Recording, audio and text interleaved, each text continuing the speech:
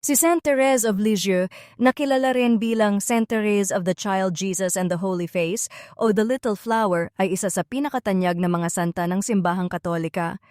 Narito ang buod ng kanyang buhay. Buwang pangalan, Marie-Françoise Thérèse Martin. Kapanganakan, the 2nd of January, 1873, Alençon, France.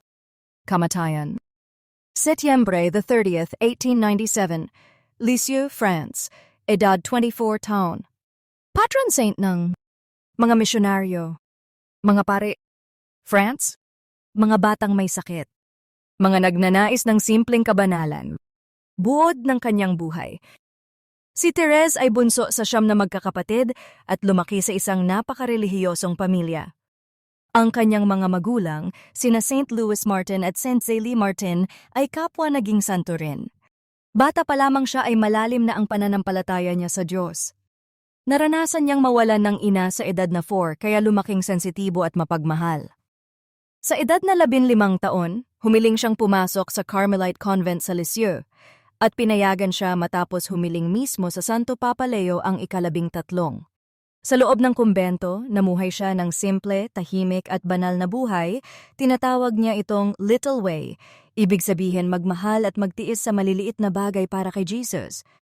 Siya ay naghirap sa sakit na tuberculosis, ngunit tiniis niya ito ng may pananampalataya at ngiti sa kabila ng pagdurusa. Namuhay siya sa kababaang loob at pagtitiwala sa awa ng Diyos. Mga gawa at aral. Bago siya mamatay, sinulat niya ang kanyang talambuhay na pinamagatang Story of a Soul, Histoire d'une âme. Dito niya ipinaliwanag ang kanyang Little Way, na kahit ang maliliit na gawa ng pag-ibig, kung ginagawa para sa Diyos, ay may malaking halaga. Pagpapabanal at mga himala. Ipinahayag na santo noong 1925 ni Pope Pius XI. Ginawang Doctor of the Church noong 1997 ni Pope John Paul II, isa sa pinakabatang santo na binigyan ng ganitong karangalan. Kahulugan ng Little Flower. Tinawag siyang The Little Flower dahil sinabi niya na gusto niyang maging parang isang maliit na bulaklak sa hardin ng Diyos.